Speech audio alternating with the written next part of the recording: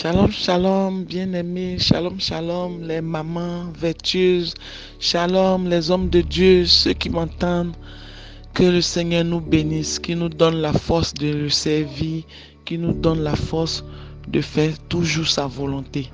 Ce matin, je voudrais vous rendre ce petit témoignage de la part du Seigneur. Le Seigneur a fait quelque chose de grand pour moi et je ne voulais pas garder cela pour moi seul parce que je crois que ça va nous servir, nous les femmes vertueuses. Bon, mon témoignage c'est la semaine dernière lorsque il avait plu dans la nuit de dimanche au lundi. Et c'est ainsi, bon, comme ici à Daoukro, on a un peu de problèmes d'eau et autres là. Donc quand il pleut, il faut être sage pour faire sortir tes bassines, tes seaux pour recueillir l'eau. Et c'est comme ça que j'ai recueilli l'eau. Et puis le lendemain matin, je me suis occupé des enfants. Comme ils devaient se rendre à l'école, je me suis occupé de quand ils sont tous partis. J'avais un temps libre pour moi. Donc j'ai dit, bon, je vais prendre soin un peu de la maison. Et c'est comme ça, je suis sorti, j'ai commencé à transvaser l'eau. Et quand j'ai fini, il y avait un peu de saleté, un peu d'eau. Donc je dis, je vais balayer. J'ai commencé à balayer. Tout ça, c'était derrière la cour arrière. Donc j'étais en train de balayer. J'ai balayé. Je suis presque arrivé là où j'ai déposé les poubelles. Et étant en train de balayer, derrière moi, j'entends un bruit. Pot. Quand j'ai entendu ce bruit-là, je me suis retourné, j'ai regardé, je n'ai pas vu grand chose, je n'ai pas vu quelque chose. Et puis je me suis dit, bon, peut-être c'est, puisqu'on a des arbres autour de nous, des oiseaux, tout ça là. Je me suis dit, peut-être c'est quelque chose qui est tombé sur le toit. Et j'ai continué de balayer. J'étais presque arrivé où se trouvait la poubelle et j'entends un deuxième bruit encore.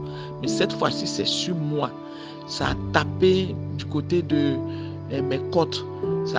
Il y a un truc qui m'a tapé. J'ai entendu pot.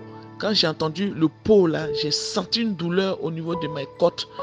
J'ai senti une douleur, ça me faisait mal. Et puis j'ai saisi la partie là. J'ai pris ma main gauche, j'ai saisi la partie. Et puis j'ai fait une prière en même temps. Parce que je ne sais pas ce qu'on m'a lancé. Donc j'ai fait une prière sur le champ. J'ai dit, Seigneur, je retire cette semence qu'on vient de me lancer. Et je retire cela par ton sang. Je retourne cela à l'envoyer au nom de Jésus. Donc quand j'ai dit ça, et la douleur a commencé à s'apaiser. Et en même temps, je regarde au sol, je vois des trucs qui sont éparpillés.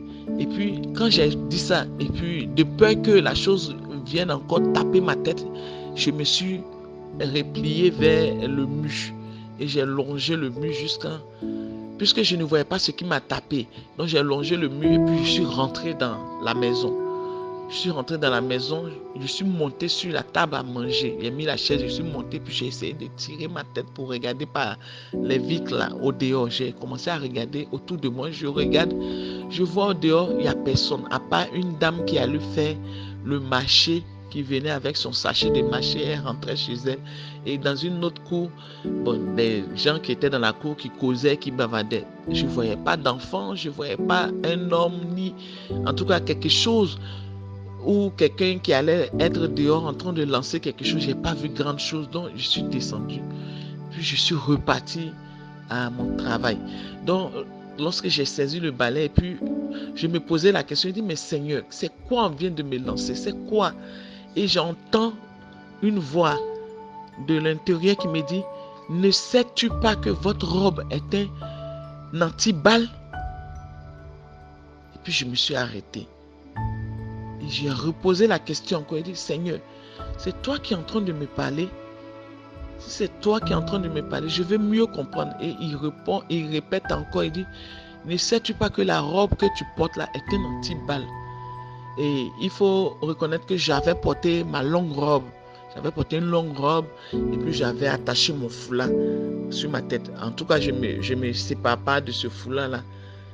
Tout le temps, ça est sur ma tête. Donc, j'avais le foulard sur la tête, j'avais ma longue robe. Donc, quand ils m'ont lancé ce truc-là, ça a tapé ma robe.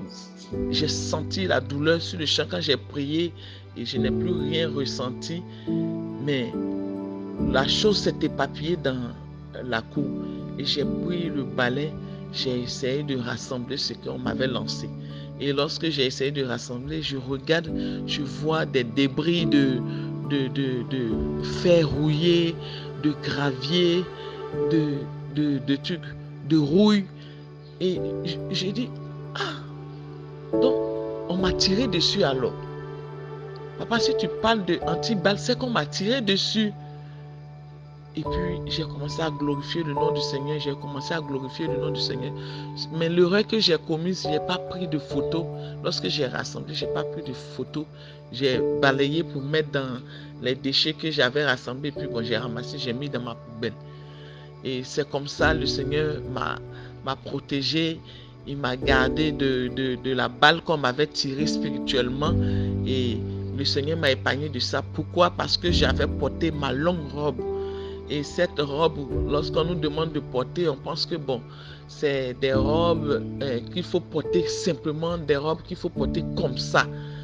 Mais cette robe m'a épargné d'une balle. Cette robe m'a épargné de la mort. Donc vraiment, les femmes vertueuses, les femmes, je vais vous dire ce matin, ne cessez pas de porter vos longues robes. Ne cessez pas de porter vos longues robes parce qu'elles nous protègent de beaucoup de choses.